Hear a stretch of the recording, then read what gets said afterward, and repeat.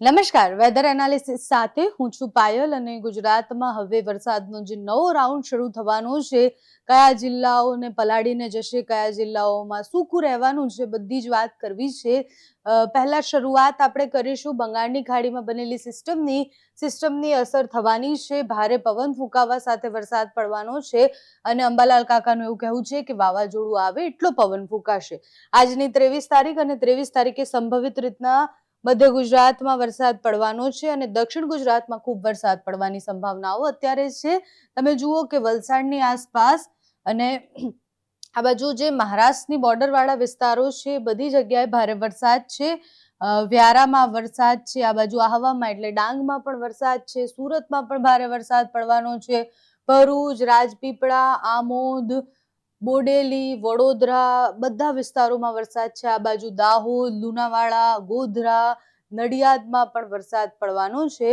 હિંમતનગરની આસપાસના વિસ્તારોમાં વરસાદ પડશે, ખંભાતમાં વરસાદ પડશે, દરિયાકાંઠાના વિસ્તારોમાં ભાવનગરમાં વરસાદ પડશે, મહુવામાં વરસાદ પડશે, ઉના, વેરાવળ, જુનાગઢમાં પણ વરસાદ પડશે, રાજકોટ, ચોટીલાની આસપાસના વિસ્તારોમાં પણ વરસાદની સંભાવના છે. એટલે દક્ષિણ ગુજરાત, મધ્ય ગુજરાત અને સૌરાષ્ટ્રના અમુક ભાગોમાં વરસાદ પડી શકે તેવી સંભાવનાઓ અત્યારે દેખાઈ રહી છે.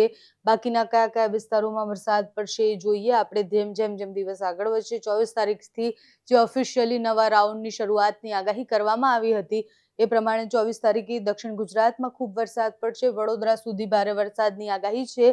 દરિયાકાંઠાના વિસ્તારોમાં પણ વરસાદની આગાહી છે અને એના સિવાય જે પ્રમાણે આપણે જોયું કે મધ્ય ગુજરાતમાં પણ વરસાદ પડશે.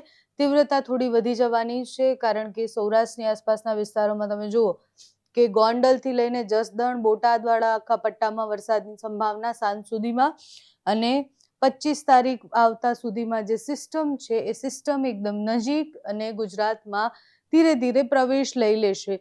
મધ્યપ્રદેશ થઈ અને મધ્યપ્રદેશની બોર્ડરના વિસ્તારોથી ગુજરાતમાં પ્રવેશશે સિસ્ટમ અને સિસ્ટમની અસર મધ્ય ગુજરાતને સૌથી વધારે થશે.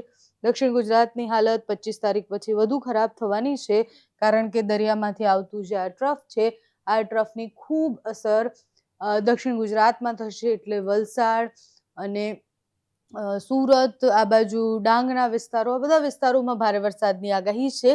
એટલે દક્ષિણ ગુજરાતના લોકોએ ખૂબ સાવધાન રહેવાનું છે. 25 તારીખે અતિથી અતિ ભારે વરસાદ પડી શકે તેવી સંભાવના છે. 25 તારીખ સાંજ સુધીમાં તો આખા ગુજરાતને ગમરોળી લેશે કારણ કે ઇન્દોર સુધી આ જે રેડ પટ્ટો દેખાય છે આ સિસ્ટમ દાહોદ અને એ બધા ઉપરથી પસાર થઈ અને આ બાજુ દરિયામાં જતી રહેશે એવી સંભાવનાઓ અત્યારે દેખાઈ રહી છે. વડોદરા અને એની આસપાસ 26 તારીખે ખૂબ વરસાદ પડશે. હવે ઉત્તર ગુજરાતમાં પણ થોડો વરસાદ પડવાની સંભાવના 26 તારીખની છે. રાજસ્થાનની બોર્ડરના જે વિસ્તારો છે પાલનપુર, મહેસાણા, આ બાજુ હિંમતનગરમાં પણ વરસાદ છે. 26 અને 27 તારીખે ઉત્તર ગુજરાતનો વારો છે.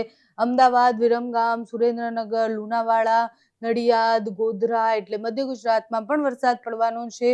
ઉત્તર ગુજરાતના રાધનપુરથી લઈને મહેસાણા, બનાસકાંઠા વાળો આખો પટ્ટો, પાલનપુર અને આબુ રોડ સુધી સતત 27 તારીખ સુધી વરસાદ પડવાની સંભાવના છે. અને વડોદરામાં તમે જુઓ એકદમ રેડ કલર થઈ ગયું છે એટલે ભરૂચ અને મધ્ય ગુજરાતની હાલત ભયાનક રહેવાની છે. 27 તારીખનો વરસાદ આખા ગુજરાત કન્ટિન્યુ રોલિંગ રિપીટ. 27 તારીખમાં જે વરસાદ પડવાનો છે આખા ગુજરાતમાં ખૂબ અસર કરવાનો છે. આ બાજુ કચ્છમાં પણ 27 તારીખે ગાંધીધામમાં સારો વરસાદ પડશે, રાપરમાં સારો વરસાદ પડશે અને ઉપરના બોર્ડરના વિસ્તારોમાં પણ ખૂબ વરસાદ પડશે. એટલે 27 તારીખ સુધીની આ સ્થિતિ છે. સપ્ટેમ્બરનું છેલ્લું અઠવાડિયું છે એ ખૂબ ભયાનક વરસાદ ગુજરાત માટે લઈને આવવાનું છે. આગળ હવામાન વિભાગ શું કહે છે એ પણ જોઈએ. હવામાન વિભાગની આગાહી પ્રમાણે કયા જિલ્લામાં કેવો વરસાદ પડશે એની સ્થિતિ જોવાની છે કારણ કે જિલ્લા પ્રમાણે જે આગાહી છે એ બદલાઈ જાય છે. ક્યાં યલો એલર્ટ, ક્યાં રેડ એલર્ટ, ક્યાં ગ્રીન એલર્ટ આપ્યું છે એ જોવું ખૂબ મહત્વનું છે. હવામાન વિભાગની આગાહી જોઈએ તો છૂટાછવાયા વરસાદની અત્યારે આગાહી કરવામાં આવી છે. આગામી 1-2 દિવસ તો મધ્યમ વરસાદ પડશે, અતિ ભારે વરસાદની આગાહી નથી કરવામાં આવી. હવામાન વિભાગની આગાહી પ્રમાણે 22 તારીખથી લઈ અને 26 તારીખની આગાહી છે અને જો બનાસકાંઠા, પાટણ, મહેસાણા વિસ્તારોમાં 25 અને 26 તારીખે ભારે વરસાદની આગાહી છે. સાબરકાંઠામાં 24, 25, 26 તારીખે, ગાંધીનગરમાં 25 અને 26 તારીખે વરસાદની આગાહી છે. એના સિવાય અરવલ્લી, ખેડા, આ વિસ્તારોમાં 22 થી લઈને 26 તારીખ સુધીની આગાહી છે. અમદાવાદમાં 25 અને 26 તારીખ, આણંદ અને બરોડા, પંચમહાલ, દાહોદમાં 22 થી લઈને 26 તારીખ સુધી વરસાદની આગાહી. મહીસાગર, છોટાઉદેપુર, નર્મદા અને ભરૂચમાં પણ 22 થી લઈ અને 26 તારીખ સુધી વરસાદની આગાહી કરવામાં આવી છે. સુરતમાં કાલે ભારે વરસાદની આગાહી હતી. બાકી 23, 24, 25, 26 એટલે આજથી લઈ અને 26 તારીખ સુધી સામાન્ય વરસાદ પડશે. દાહોદમાં 25 અને 26 તારીખે ભારે વરસાદની આગાહી છે. યલો એલર્ટ આપવામાં આવ્યું છે. નવસારીમાં કાલે ખૂબ વરસાદ હતો. હવે પાછો 25 અને 26 તારીખે ભારે વરસાદ પડશે અને વચ્ચે સામાન્યથી મધ્યમ વરસાદ પડશે. વરસાદની પણ એ સ્થિતિ છે. તાપીમાં પણ 25 અને 26 તારીખે ભારે વરસાદ છે.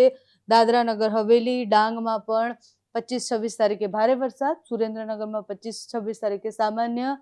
જુનાગઢમાં પણ સામાન્ય વરસાદની આગાહી. અમરેલી, ભાવનગરમાં 22 થી 25 તારીખ, 26 તારીખ સુધી વરસાદ. મોરબી, દેવભૂમિ, દ્વારકામાં ક્યાંય વરસાદની કોઈ આગાહી નથી. ગીર સોમનાથમાં 24, 25 અને 26 તારીખે વરસાદ પડશે. બોટાદમાં 25 અને 26 તારીખે પડશે. દીવમાં 24, 25 અને 26 તારીખે પડશે. કચ્છમાં 26 તારીખ સુધી વરસાદની આગાહી નથી કરવામાં આવી. એટલે આ બધા જિલ્લાઓમાં યલો એલર્ટ છે અને એ મોસ્ટલી 25 અને 26 તારીખે છે. એટલે ગુજરાતમાં 25, 26 તારીખે અને 27 તારીખે અતિથી અતિભારે વરસાદની સંભાવના છે. મધ્ય ગુજરાત અને દક્ષિણ ગુજરાતની હાલત ખૂબ ખરાબ થવાની છે, કારણ કે દક્ષિણ ગુજરાતમાં અતિથી અતિભારે વરસાદ પડશે, જે ટ્રફ છે દરિયા કિનારેથી આગળ વધી અને દરિયાકાંઠાના વિસ્તારો છે ત્યાં ખૂબ અસર કરશે. એટલે ગુજરાતમાં ફરીથી વરસાદનો છેલ્લો રાઉન્ડ, અને એ રાઉન્ડ ગુજરાતને ગમરોડી દે એવો રાઉન્ડ આવવાનો છે. ઓક્ટોબરની શરૂઆતમાં પણ ગુજરાતમાં વરસાદની સંભાવના છે. હવામાન વિભાગ, હવામાન નિષ્ણાંત જે પણ માહિતી અમારા સુધી પહોંચાડશે અમે તમારા સુધી પહોંચાડતા રહીશું. અત્યારે તમને આ માહિતી કેવી લાગી અમને કમેન્ટ્સમાં જણાવજો. અત્યારે આ વિડીયોમાં બસ આટલું જ. જો તમે અમને યુટ્યુબ પર જોઈ રહ્યા હોય તો સબસ્ક્રાઇબ કરજો, ફેસબુક પર જોઈ રહ્યા હોય તો ફોલો કરજો, અમારા વિડીયોને લાઇક અને શેર કરજો.